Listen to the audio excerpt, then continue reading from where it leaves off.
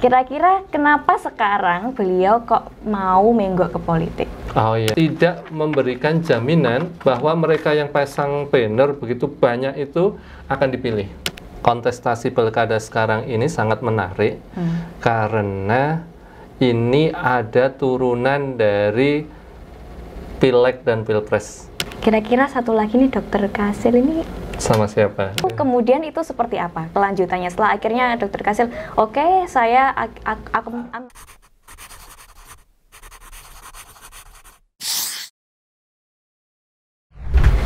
Halo Sobat Ratu, balik lagi di konten lebih dekat. Dan kali ini kita kedatangan seorang tamu spesial. Kenapa spesial? Karena beliau adalah sahabat dari orang spesial. Siapakah dia? Kita langsung spill aja. Ya. Pak Safari Hasan. Baik. Sugeng sonten Pak Safari. Selamat sore Mbak Intan dan para Sobat Ratu ya, Radar Tulungagung. Ini mungkin untuk teman-teman yang kenal Dokter Kasil mungkin sangat familiar atau bahkan sangat dekat ya mungkin sama jenengan ya. Pak Safari ini adalah seorang sahabat sekaligus ya konco ngopi ya Pak ya berarti ya. Kita jarang ngopi sih. Konco untuk bertukar pikiran. Iya, teman berdiskusi dan yang jelas memang teman kuliah sih dari dulu. Jadi kita sering diskusi sama beliau. Kita hari ini pengen bahas soal karena seperti yang kita tahu dari info-info yang berseliweran di mana-mana kan memang Dokter Kasil nantinya akan mengikuti kontestasi pilkada gitu. Tapi sebelum kita mengarah ke sana, secara umum aja, kalau menurut Pak Safari, iklim pilkada kita untuk yang tahun ini kira-kira seperti apa pandangannya tentang kondisi politik di Tulungagung saat ini? Baik, ini kontestasi pilkada sekarang ini sangat menarik karena ini ada turunan dari pileg dan pilpres. Jadi kan kemarin tanggal 14 Februari kita sudah melaksanakan pileg dan pilpres dan sekarang kita melaksanakan kontestasi untuk pilkada. Dan ini tidak berjalan sendiri, tapi mesti ada kaitannya. Nah, inilah yang mungkin menjadikan kontestasi politik di Tulungagung dalam pilkada ini tidak sesederhana yang kita bayangkan. Ini bukan hanya pertarungan lokal, tapi juga pertarungan regional dan juga pertarungan secara nasional.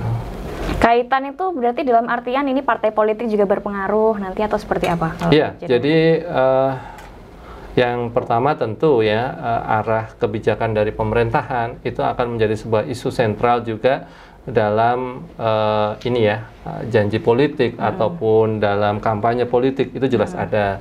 Yang kedua tentu siapa pengusungnya gitu kan, karena itu tidak akan bagi saya ya dari kacamata saya sebagai seorang akademisi juga dan sebagai seorang mantan anggota KPU gitu, ini tidak akan berjalan sendiri, pasti akan ada iringannya, beriringan. Beriringan. Oke. Terus kan kira-kira ini menurut menurut info dari Mas Fikri sebenarnya. Karena kita bocorannya semuanya dari Mas Fikri. Bocoran halus. Bocoran halusnya dari Mas Fikri. Kan sepertinya ini ada 3 nama calon pasangan yang mungkin akan naik ke Agewan. Iya, ke Agewan gitu. Agewan. Ada beberapa kan. Mungkin yang pertama yang kemarin saya edit beritanya itu adalah Pak Marioto sama Pak Didik Kirnanto. Terus ada juga Pak Gadot Sunu sama Pak Ahmad Bahaudin. Terus nah, kira-kira satu lagi nih Dokter Kasil ini sama siapa? Ya. Iya. Jadi setiap orang tentu boleh ya untuk mengklaim dirinya sebagai, sekali lagi ini bukan calon, masih bakal calon dan masih ada tahapan-tahapan yang sangat panjang sebelum nanti dia ditetapkan sebagai calon dalam pilkada. Ada dukungan dari partai politik, kemudian syarat untuk mendaftar itu ya minimal ada sekian persen. Kalau di Tulungagung itu minimal harus ada 10 kursi. Anggota di partai yang duduk di DPRD dan itu memberikan dukungan, dan itu semuanya saya pikir tidak semudah seperti yang kita bayangkan dalam angan-angan kita. Pertarungan hari ini tuh sangat keras sekali sebenarnya kalau boleh saya bilang gitu ya, di behind the skin-nya itu, di balik layarnya itu sangat keras. Siapa sebenarnya yang semua orang hari ini mengatakan saya dapat rekom, saya dapat surat tugas, tapi siapa yang bisa membuktikan bahwa nanti yang mendapatkan penetapan form KWK-nya itu, surat tugas dari parpol untuk mendaftar itu belum ada yang megang, kecuali mungkin beberapa tertentu ya. Dan jadi kita akan sulit untuk mengatakan 2 atau 3. Itu sangat kalau sekarang kita mengatakan itu belum bisa. Saya menganggapnya belum bisa. Detik ini ya, saat ini saya menyampaikan ini, kita podcast ini, kayaknya belum bisa kita menentukan 2 atau 3. Seperti itu. Karena memang rekomnya belum turun ya. Meskipun sudah dideklarasikan, oh aku akan dengan ini, ini, tapi tetap harus ada surat yang turun itu. Iya, jadi kalau dalam ini ya, internal partai tentu ada mekanisme gitu. Mungkin mereka sudah menetapkan, tapi selama itu belum dideklarasikan, belum ada hitam di atas putih yang kemudian dipublish, itu bisa saja dihapus waktu-waktu. Ini kita bicara tentang politik. Politik itu hitungannya adalah bukan jam, bukan hari, jam atau menit. Detik pun bisa, semuanya itu bisa berubah. Jadi ya inilah yang harus masyarakat pahami, masyarakat Tulungagung pahami bahwa sebenarnya semua yang kita lihat atau yang kita dengar itu kadang-kadang tidak sesuai dengan apa realita yang terjadi di balik layar sana gitu. Wah, sulit ya ini berarti ya. Karena kan apa namanya, pasangan itu kan juga akan menentukan nanti masyarakat, mungkin meskipun ya ini dari awal kesepil sedikit kayak gitu, meskipun belum pasti kan tetap mempengaruhi nanti masyarakat mau milih siapa. Terutama kan saya anak muda, kalau misalnya dari awal di Spill kan pengen sekarang coba-coba cari info gitu loh. Pak Safari. Jadi ya mengenai siapa berpasangan dengan siapa. Apakah itu, jadi gini, apakah itu akan menjamin meningkatkan popularitas dan elektabilitas gitu kan ya mungkin bahasanya, dan apakah itu kemudian akan menarik hati dari pemilih gitu kan. Jadi sebenarnya kalau kita melihat dari ini, istilahnya adalah perilaku pemilih Tulungagung. Nah, gimana itu? Kita pertama harus memahami komposisi dari pemilih Tulungagung itu. Ada kurang lebih 30% anak muda, milenial seperti Mbak Intan, saya gitu kan. Kita kan milenial ya. Milenial tapi ini ya, Pak, beda 10 tahun. Ya oke deh. Terus kemudian ada generasi yang ini ya, generasi Y, baby boomers dan sebagainya. Terus itu dari sisi usia. Kemudian kita dari latar belakang pendidikan, itu juga berbeda-beda. Saya punya datanya, tapi mungkin tidak bisa saya publish secara terbuka di sini. Dari segmen-segmen seperti itu, sebenarnya gitu, apa yang kemudian muncul saat ini itu tidak memberikan jaminan bahwa mereka yang pasang banner begitu banyak itu akan dipilih. Karena bisa jadi temanya nggak sesuai gitu kan. Mohon maaf, mungkin secara akademisnya tidak menjual, gagasannya itu tidak laku, tidak sesuai dengan harapan pemilih, atau punya rapot atau track record yang mungkin di masa lalunya mungkin ada catatan-catatan yang negatif misalnya. Itu sangat mempengaruhi pola dari pemilih. Dan juga yang mungkin ini dari kacamata saya sebagai seorang akademisi, ada sekian persen dari pemilih itu yang sangat tergantung kepada politik uang. Ini tidak bisa dipungkiri ya, memang nyata seperti itu di lapangan ya. Ya betul, dan Tulungagung itu termasuk barometernya. Kalau dari pengamatan saya, mesti ada sekian persen dari pemilih Tulungagung itu yang memilih ketika dia dapat amplop. Iya, seperti itu. Yang bilang Mbak Intan. Aduh, aku saya kena. Mas Fikri kok. Enggak, aman sih. Siap, enggak apa-apa. Jadi seperti itu ya. Sebenarnya rumit banget ya politik ya Pak. Betul, jadi ya begitulah. Tidak seindah yang mungkin muncul di layar kaca atau di layar di halaman radar ya. Tidak seindah itu. Oke. Ini kita langsung mengarah ke Dokter Kasilnya. Oke ya Pak ya. Silahkan. Kita langsung mengerucut. Karena kan jenengan adalah salah satu sahabat dari S2. Betul ya? Teman kuliah S2. Dan sampai sekarang berkiprah jadi kepala dinas kesehatan, lalu di RSUD. Kemarin sudah selesai beliau menjabat, ya. Lalu sekarang pindah ke politik. Kira-kira jenengan, kalau menurut jenengan itu Dokter Kasil itu seperti apa sih? Karena kan melihat beliau yang mendampingi dari S2 atau sampai sekarang. Iya, jadi kalau sosoknya beliau itu dari kacamata saya ya, dari temannya gitu ya. Kalau secara personal, beliaunya itu mungkin ya, kesan pertama itu cuek gitu kan. Oh, tipe-tipe kayak cool boy gitu ya? Bukan bad boy, tapi cool boy. Cool. Oh, cool pak berarti ya? Cool pak, cool pak ya. Cool. Tapi kemudian ketika kita sudah 1, 2, 3 gitu kan, kemudian ketemu bahwa orang ini sangat humble gitu kan, dan tentunya smart. Harus diakui beliau smart. Walaupun kalau waktu S2-nya IPK-nya bagusan saya sih. tapi beliau ini ya, decision making-nya, pengambilan keputusan itu bagus banget. Kemudian leadership-nya itu juga bagus, kepemimpinannya. Ini mungkin nilai plusnya. Kalau nilai minusnya juga disampaikan. Kalau saya sih tergantung ya. Ya mungkin awal-awalnya itu cuek gitu kan. Tapi ketika sekarang kayaknya lebih sumrambah gitu kata orang Tulungagung. Beliau sekarang bagus kok. Gitu. Oke. Jadi kesannya Jadi kesannya cool, tapi sebenarnya memang punya pemikiran yang visioner gitu dan lain sebagainya ya, sepertinya ya. Iya, kalau visioner itu sangat kentara sekali dari ini ya, biografinya beliau ya. Jadi ketika dia kuliah, seorang mahasiswa kedokteran, kemudian punya inisiatif untuk berwirausaha sesuatu yang apa kira-kira? Apa tuh? Jualan kerupuk. Berarti S2 Dokter Kasil itu jualan kerupuk? S1-nya. S1-nya? S1-nya jualan kerupuk. Kerupuk Madura itu. Kerupuk yang panjang-panjang besar-besar dari singkong itu.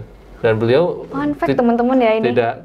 Tidak malu untuk menjajakan ke warung-warung. Ini bagi saya juga surprise gitu.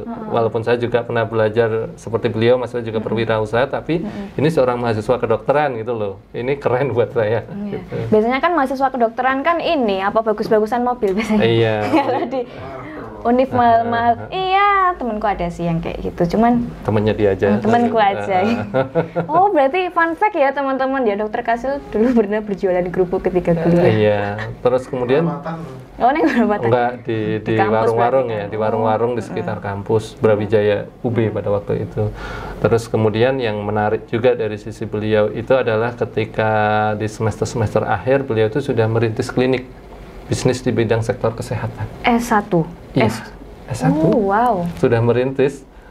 Saya tidak bisa membayangkan seorang mahasiswa kemudian merintis membuka klinik di beberapa daerah di sekitar Malang dan sekitarnya. Wow. Itu menurut saya sosok yang benar-benar visioner dan punya mimpi jauh ke depan, melampaui teman-temannya yang lain. Iya. Dan kemudian ketika beliau menjadi seorang ASN, beliau pun banyak kiprah-kiprah serta prestasi-prestasi yang beliau buat karena beliau seorang visioner itu. Beliau merintis yang sekarang jadi Rumah Sakit Islam Madinah ya. Rumah Sakit Madinah di Ngunut itu juga dimulai dari klinik yang kecil. Terus kemudian ketika beliau menjabat sebagai kepala puskesmas Ngunut gitu, beliau juga membuat terobosan-terobosan yang menurut saya juga cukup fenomenal. Misalnya tentang penanganan untuk anak yang waktu itu mengadvokasi anak dari keluarga ODA, orang dengan ibunya HIV/AIDS, dan beliau bisa mengadvokasi seorang dokter gitu loh, sampai ngurus advokasinya seorang anak yang HIV gitu. Terus kemudian selain prestasi-prestasi yang lain ya, termasuk ketika beliau sudah menjadi Kadinkes ini, beliau menurut saya prestasi yang cukup luar biasa adalah merubah puskesmas-puskesmas yang ada di Tulungagung dari yang sebelumnya ya Anda mungkin tahu sendirilah, mungkin saya tidak usah bilang ya, tapi kemudian bisa berubah sekarang dengan cukup fenomenal menurut saya. Jadi sudah jadi BLU, mereka banyak yang bisa buka 24 jam. Kemudian pelayanannya jauh lebih baik daripada sebelumnya. Oke, menarik banget ya. Mungkin nanti kalau misalnya kita podcast sama Dokter Kasil bisa minta cerita lagi ya yang soal jualan kerupuk sama bikin klinik itu, kayaknya sangat menarik ya. Betul, bisa menjadi inspirasi buat generasi muda. Iya. Bagaimana bahwa hidup itu tidak hanya tidak hanya makan, tidur, main gadget, Tapi harus juga berpikir ke depan. Iya. Dan punya manfaat sih sebenarnya. Iya betul, memberikan manfaat dan kontribusi buat sekitarnya. Gitu. Tapi kalau menurut pandangannya Pak Safari ini kan Pak Dokter Kasil memang dari dulu kalau di dunia kesehatan itu sangat getol sekali ya. Meskipun S2-nya memang bukan dokter spesialis tapi manajemen rumah sakit. Iya. Kira-kira kenapa sekarang beliau kok mau menggok ke politik? Oh iya. Jadi kalau ini ya, karena kita mungkin sering berdiskusi dan ngobrol bareng ya. Jadi sebenarnya guyonan-guyonan itu mungkin pertama kali yang mengguyoni beliau akan jadi bupati itu saya. Jadi itu kejadiannya tahun 2009 kalau nggak 2010. Jadi ya kita sering berdiskusi kan, kita kalau ke kampus dari Tulungagung ke Malang pada waktu itu kan sering berkendara bareng ya. Saya nebeng maksudnya. Saya nebeng beliau dan dengan salah satu temen gitu kan. Kita biasanya bertiga kalau ke Malang gitu atau pulang, dan kita sering berdiskusi tentang fenomena yang terjadi di Tulungagung. Dari sisi sosial, dari sisi ekonomi, politik, hukum, dan sebagainya. Jadi itu diskusi yang gayeng. Dan dari situ saya sering menemukan, oh beliau ini, sosok Pak Kasil ini ide-idenya brilian banget gitu tuh. Akhirnya saya selalu guyon, Pak cocok sampean jadi jenengan jadi bupati gitu. Karena kan. nyeletuk gitu. Sekalian dongo sebenarnya kan jenengan berarti. Amin. Dan saya pada waktu itu bukan tidak sekali dua kali, karena saya melihat orang ini kok cocok gitu ya banget gitu kan, maksudnya solutif terhadap berbagai masalah gitu. Jenengan cocok jadi bupati gitu kan. Nah itu cerita awalnya ya, mungkin tidak banyak orang yang tahu yang kisah itu, tapi itu beredar juga di kalangan internal teman-teman yang kuliah bahwa dia memang sosok layak jadi bupati pada waktu itu. Terus kemudian seiring dengan waktu, karena mungkin prestasi beliau yang cukup moncer ya di dinas kesehatan maupun ketika menjadi wakil direktur di ISKA dan kemudian menjadi PLT direktur gitu kan, ISKA. Nah, kemudian kan ada ini ya, kondisi politik yang berubah dengan cepat. Kemarin ketika Dr. Pri yang sebenarnya lebih semangat untuk maju gitu kan, kalau dokter beliau harus pindah menjadi direktur RSCM, maka secara umum bahwa mimpi-mimpi yang sudah pernah ada itu harus diteruskan. Siapa gitu kan? Akhirnya semua sepakat ya Pak Kasil itu gitu kan. Walaupun sebenarnya Pak Kasil sendiri secara personal ya, saya tahu beliau bukan orang yang sangat ambisius dengan jabatan. Ya, beliau itu orang yang lurus-lurus saja gitu loh. Dibanding dengan yang lain ya, beliau itu relatif orang yang humble, lurus, tidak banyak bersinggungan dengan politik. Aslinya seperti itu. Tapi ketika beliau mendapatkan ditunjuk sama teman-teman, Anda calonnya ini ya yang harus maju jadi bupati supaya mimpi-mimpi kita bersama terrealisasi gitu. Kemudian cerita beliau ke saya, beliau sebenarnya dalam hati besarnya itu menolak, hati kecilnya juga menolak, keluarganya juga nggak mendukung pada waktu itu. Sampai akhirnya kemudian, ini ceritanya ke saya sambil nangis, saya kalau ingat itu terharu, saya diajak ngobrol di ruangannya beliau, terus beliau waktu itu cerita, saya itu berdoa di waktu umroh ya, beliau ke umroh bersama keluarga, dan beliau berdoa, minta istikharah, minta petunjuk kepada Allah pada waktu itu. Dan dia meminta pendapat dari semua keluarganya. Ternyata pada waktu itu semua keluarganya, anggota keluarga intinya menolak kecuali salah satu putranya yang mengatakan kalau Abi gitu, saya ingat saya gitu ya kata-katanya, kalau Abi memang sudah mendapatkan perintah dari Allah, sudah mendapatkan tugas seperti itu, dan kemudian Abi menolak, kira-kira konsekuensinya apa? Langsung ngejelek loh ini. Gitu. Waktu itu saya langsung, ya? Langsung ini mendung berat itu saya seperti itulah. Akhirnya beliau memutuskan ya udah, karena kemudian beliau juga merasa istikharahnya memang menunjukkan beliau harus maju, mantap untuk maju dengan segala kondisinya pada waktu itu, karena beliau juga nggak ada persiapan untuk menjadi seorang bupati pada waktu itu, dan kemudian ditunjuk, ayo kamu melangkah. Dan langkah beliau selanjutnya setelah itu adalah melaksanakan ini ya, beliau mantap, beliau minta petunjuk dan arahan dari para kiai dan ulama. Beliau sambangi mereka, mohon arahannya, saya istikharah saya seperti ini, dan kemudian dukungan itu menjadi luar biasa. Berbagai elemen kemudian merapat dan menyatakan memberikan dukungan untuk beliau. Gitu. Berarti awalnya memang seperti itu, tidak terduga ya sebenarnya bagi Dokter Kasil juga? Belum, iya tidak terduga. Karena beliau menceritakan ke saya sambil nangis juga. Saya masih ingat dan saya juga ikut mewek juga. Tisu dong. Iya, jadi mendung juga, sentimental. Oke, jadi berarti memang awalnya tidak ada kepikiran sama sekali untuk maju, lalu ada tugas tiba?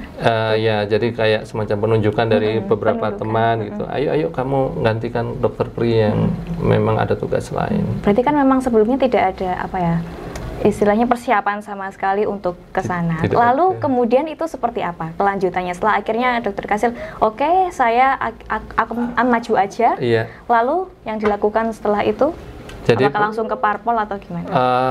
Tentu sebagai seorang seorang birokrat yang bukan seorang politisi, memulai ranah itu bukan perkara yang mudah.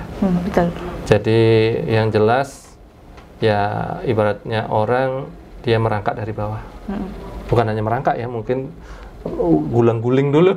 Seperti bayi ya. Seperti bayi. Jadi ya tidak mulus, jelas sangat tidak mulus prosesnya. Jadi dan itu sangat menguras energi karena kemudian saya beliau waktu itu memanggil saya, meminta saya untuk temani saya dengan beberapa orang teman yang lain, dan pada perjalanannya itu tidak mulus itu ketika apa yang kita rencanakan, kita program, kita susun program, rencana kerja dan sebagainya, kemudian pada waktu itu ya tahapan-tahapan itu banyak yang tidak terrealisasi. Karena apa?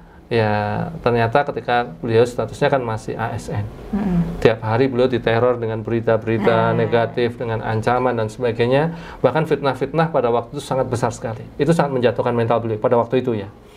Dan beliau mengatakan, saya sendiri gini, siapa yang lo, kita kan temannya gitu. Yo, kamu bisa menyelesaikan apa kalau gini gitu, ketika muncul fitnah-fitnah dan sebagainya. Ya pelan-pelan kita bersama untuk membuat klarifikasi, kemudian meyakinkan pihak-pihak ya, bahwa ini tidak benar, gitu. Berita-berita negatif, ya fitnah-fitnah itu tidak benar. Sampai kemudian akhirnya ya pada titik balik kita sekarang melangkah dengan sangat percaya diri. Bismillah. Sekarang ya? Sekarang. Alhamdulillah. Kalau kira-kira sudah mengincar ini kan kemarin sudah daftar ke beberapa parpol ya? Kira-kira ada nggak sih ya? Sepertinya parpol ini akan merestui gitu. Ada nggak kira-kira? Boleh di-spill nggak kalau boleh? Jadi kalau sekarang yang jelas ya kita percaya diri. Bismillah. Kita percaya diri. Kalau sebenarnya partai-partai ya harapan kita semua partai nanti. Harapannya. Oke, amin lah ya. Oke, lalu kalau tadi yang sudah dibahas di awal kan soal pasangan, itu kan tadi sudah ada yang menyepil. Nah, ini Dokter Kasil apakah sudah memiliki kandidat pasangan? Kalau saya tanya ke Mbak Intan, harapannya pasangannya seperti apa coba? Nanti saya yang balik. Karena ini menurut saya pribadi ya sebagai Gen Z yang melihat politik ya. Dokter Kasil kan kalau saya lihat memang oke ya, karena pengalamannya di kesehatan kan sangat bagus. Terus inovasi-inovasinya juga sangat bagus. Kayaknya kalau dipadu sama anak muda ataupun pengusaha itu aja sih saya kayaknya nggak mau sih. Wartawan, Anda mau sepertinya itu. Satu pengusaha. Yang kedua apa yang dicari? Anak perempuan mungkin, yang gender lebih cocok. Karena kalau saya perempuan, pemimpin perempuan saya mendukung. Oke.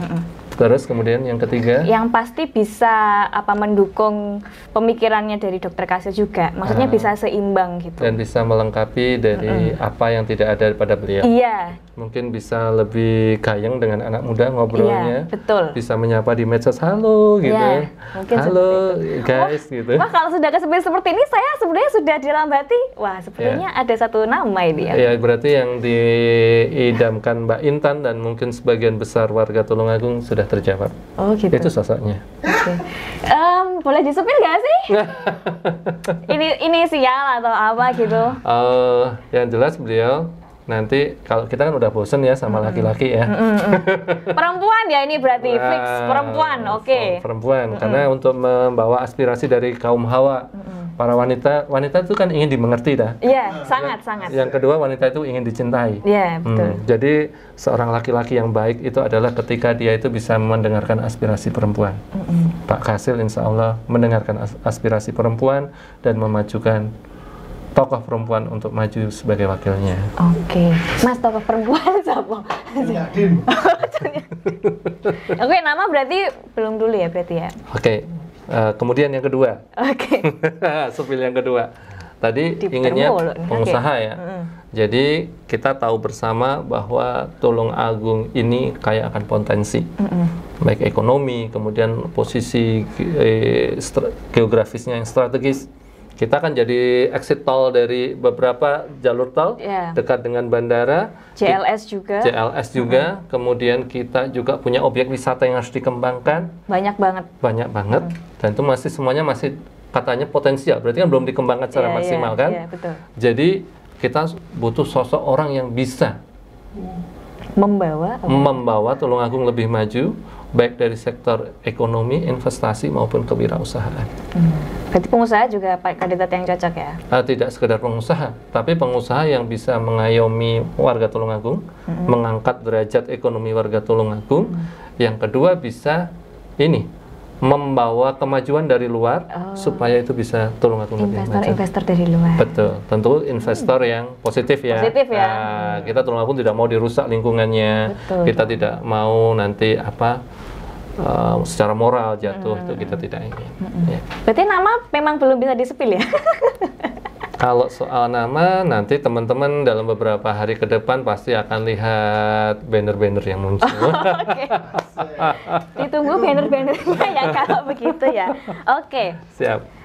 Kalau menurut Pak Safari sendiri, kalau dari yang sudah diceritakan tadi, kan memang secara kalau dari pendukungnya sendiri memang beraneka ragam ya. Tadi kan soalnya sudah meminta pendapat para ulama juga.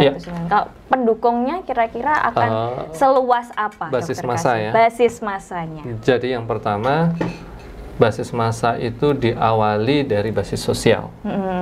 Jadi alhamdulillah Pak Kasil itu bisa diterima di semua kalangan. Dan kita juga melebarkan itu semuanya kepada semua kalangan.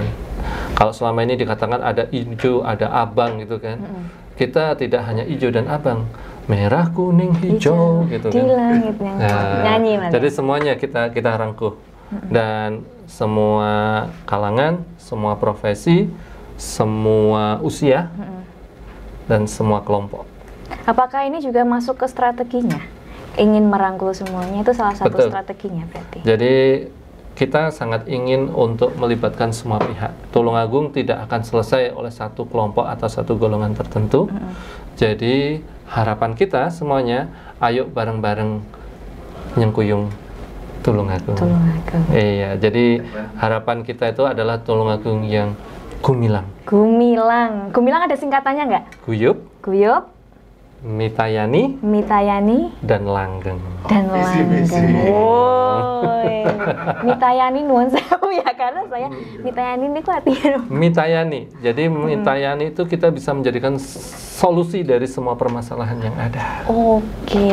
Kalau guyup itu kan bagaimana kita bisa merengkuh semuanya untuk maju bersama. Mitayani itu kita bisa melayani, memberikan solusi terhadap segala permasalahan yang ada. Dan langgeng, kita ingin pembangunan Tulungagung itu berkesinambungan. Gumilang ya. Gumilang. Tagline-nya sudah ketahuan, tinggal kita lihat bannernya ya di rumah-rumah di jalan-jalan, lokasi-lokasi strategis. Nanti.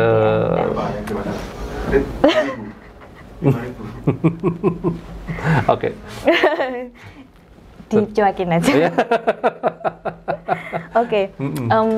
Ini kalau dari pandangan saya ya Pak ya, Pak Dokter Kasil kan memang kalau dari segi kesehatan, inovasi kesehatan kan memang ya wes lah, kita sudah lihat kerjanya seperti apa.